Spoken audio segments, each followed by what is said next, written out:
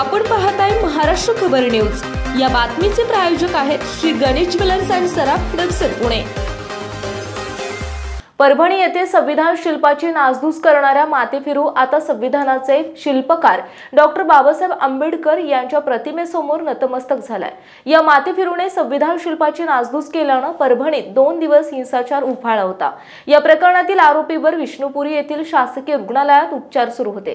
गुरुवारी रात्री 9:15च्या सुमारास 5 ते 7 भीमसैनिक रुग्णालयातील आयसीयू कक्षात शिरले। यावेळी त्यांनी बाबासाहेबांची प्रतिमाही आणली होती। आरोपीने बाबासाहेबांच्या प्रतिमेसमोर नतमस्तक होत माफी मागितली। परभणी प्रकरणातील आरोपीवर विष्णुपुरी येथील शासकीय रुग्णालयात उपचार सुरू होते। आरोपीवर उपचार चालू असल्याने त्याच्या बंदोबस्तासाठी परभणीच्या 5 पोलीस कर्मचाऱ्यांची नेमणूक करण्यात आली होती।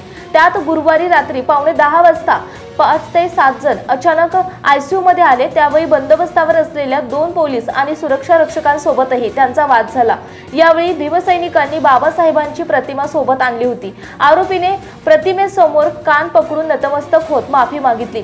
या प्रकारचा सोशल मीडियावर व्हिडिओ प्रचंड व्हायरल झाला होता। या प्रकरणी नांदेड ग्रामीण ठाण्यात शुक्रवारी रात्री अज्ञात 5 ते 7 जणांवर गुन्हा नोंद करण्यात आला आहे। आपण पाहताय महाराष्ट्र खबर न्यूज। या बातमीचे प्रायोजक आहेत श्री गणेश ज्वेलर्स अँड सराफ दक्षिण पुणे।